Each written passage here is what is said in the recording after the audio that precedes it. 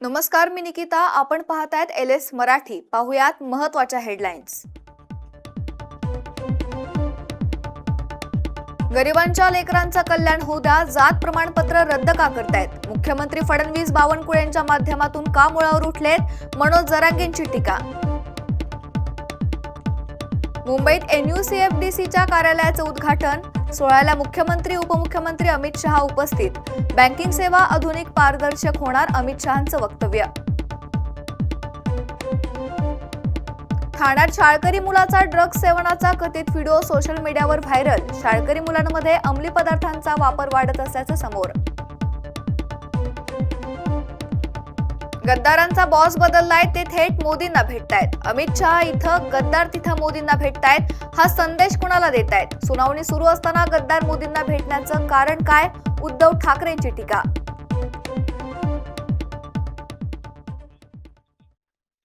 या हेडलाईन्स नंतर पाहूयात सविस्तर बातम्या. जात प्रमाणपत्र रद्द प्रकरणी मनोज जरांगे पाटलांनी जोरदार हल्लाबोल केलाय. गरिबांच्या लेकरांचं कल्याण होऊ द्या, असं मनोज जरांगे यांनी म्हटलंय. फडणवीस बावनकुळेंच्या माध्यमातून मुळावर उठलेत, अशी टीका जरांगेंनी केली आहे. सरकारने माझी चूक असेल तर सांगावं, असं मनोज जरांगे पाटलांनी म्हटलंय. मराठ्यांनी माझी इथं मी झुंज देतोय मराठ्यांच्या लेकरा बाळाच्या कल्याणासाठी. मी आतापर्यंत एकनाथ शिंदे साहेबाला बोलवलेलं दाखवा.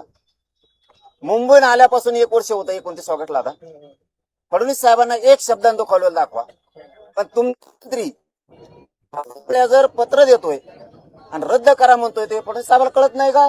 मी काय चुकीचं बोलतो? भाजप शिवसेना राष्ट्रवादीतल्या मराठ्यांनी माझी चूक सांगा, मी काय चुकीचं बोलतोय? संजय शिरसाटांनी फोन करून रद्द करायला लावलं कुणबी प्रमाणपत्र. काय चूक बोललो? गोडके नावाच्या व्यक्तीच्या भावाची व्हॅलिडिटी झाली आणि बहिणीची रद्द केली. काय चुकीचं बोलतो मी ही झुंज कोणासाठी देतोय? सगळ्या पक्षातल्या मराठ्यांच्या लेकीबाईचं लेकरा बाळांचं वाटोळं करायला लागले, ते बोलतोय.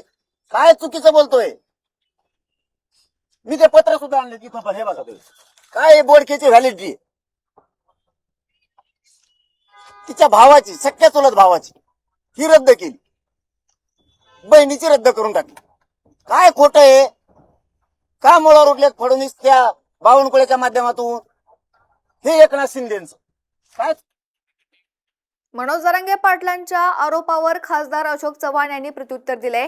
जात वैधता समिती स्वतंत्र आणि कायदेशीर संस्था असल्याचं चव्हाण यांनी म्हटलंय. आवश्यक कागदपत्रांची पूर्तता करावी लागते. मराठा समाजाला OBC प्रमाणपत्र मिळालं, मात्र जात वैधता प्रमाणपत्र मिळत नसल्याचा आरोप मनोज जरांगे यांनी केला आहे. यावर प्रतिक्रिया देताना माजी मुख्यमंत्री अशोक चव्हाण यांनी जात वैधता समिती ही स्वतंत्र आणि कायदेशीर संस्था असल्याचं म्हटलंय. जात वैधता मिळवण्यासाठी सर्वांना समितीसमोर आवश्यक कागदपत्रांची पूर्तता करावी लागते, असं अशोक चव्हाण यांनी म्हटलंय.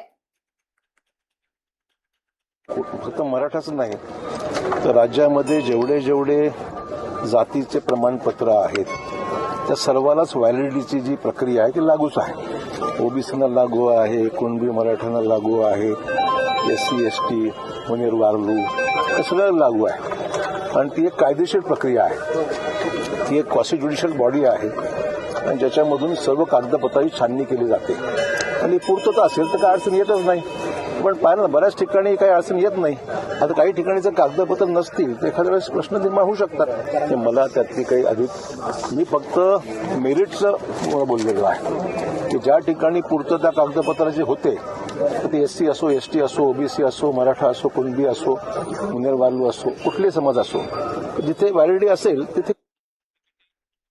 बीडच्या आष्टी विधानसभा मतदारसंघाचे भाजपाचे आमदार सुरेश धस यांचे कथित कॉल रेकॉर्डिंग व्हायरल झाली आहे. या ऑडिओ क्लिपमध्ये आमदार सुरेश धस आणि एका व्यक्तीचं संभाषण आहे. या रेकॉर्डिंगमध्ये आमदार सुरेश धस यांच्याकडून अश्लील शिवीगाळ करत धमकी दिली जात असल्याचा आरोप करण्यात आलाय.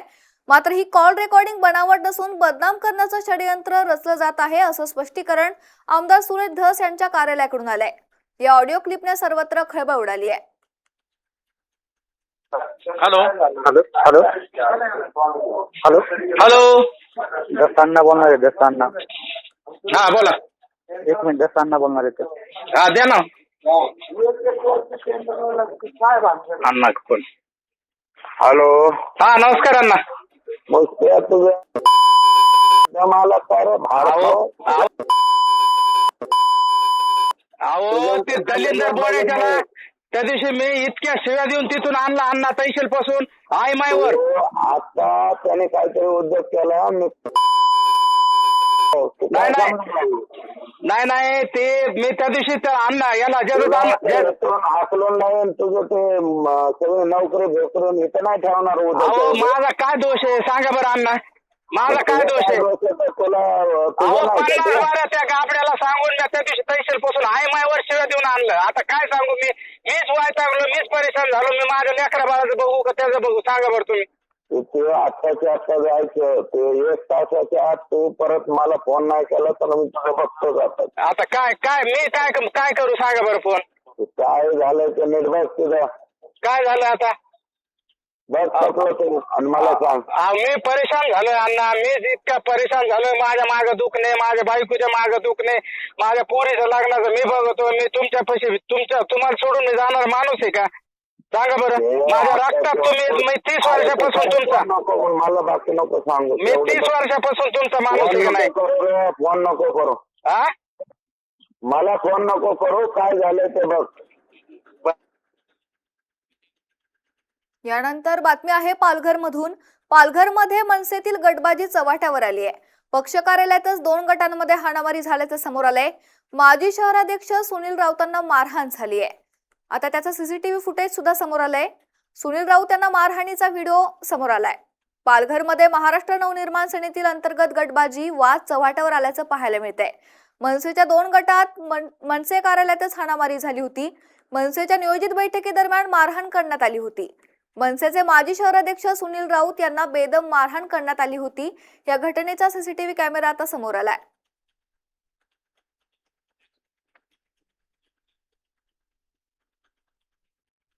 या सविस्तर बातम्यानंतर घेऊयात महत्त्वाच्या घडामोडींचा आढावा वेगवान घडामोडींमध्ये.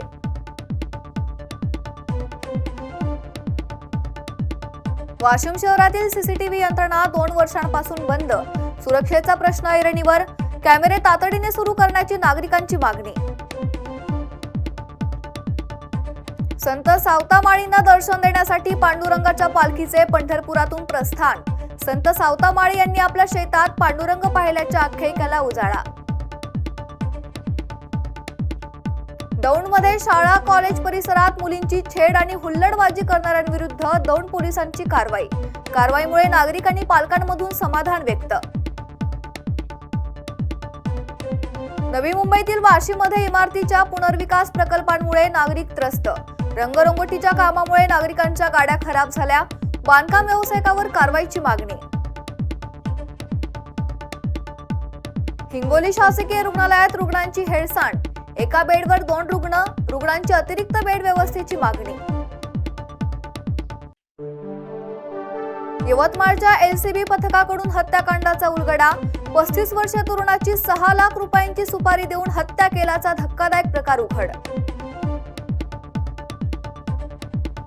गोदावरी प्रदूषण प्रकरणी नांदेड महापालिकेवर दंडाची कारवाई. थेट पर्यावरण भरपाई दंड आकारण्याचे आदेश. मनपा अडचणीत.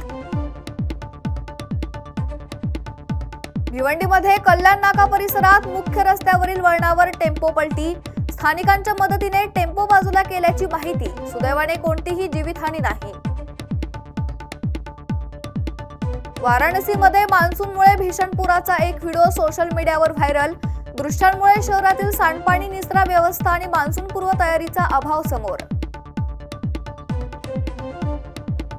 कोल्हापूरमध्ये खासदार धनंजय पाटील, आमदार सतेज पाटील आणि संजय पाटलांची भेट. Padmashri doctor DY. पाटील यांच्या प्रतिमेचं घेतलं दर्शन. या होत्या महत्त्वाच्या घडामोडी. पाहत रहा LS मराठी.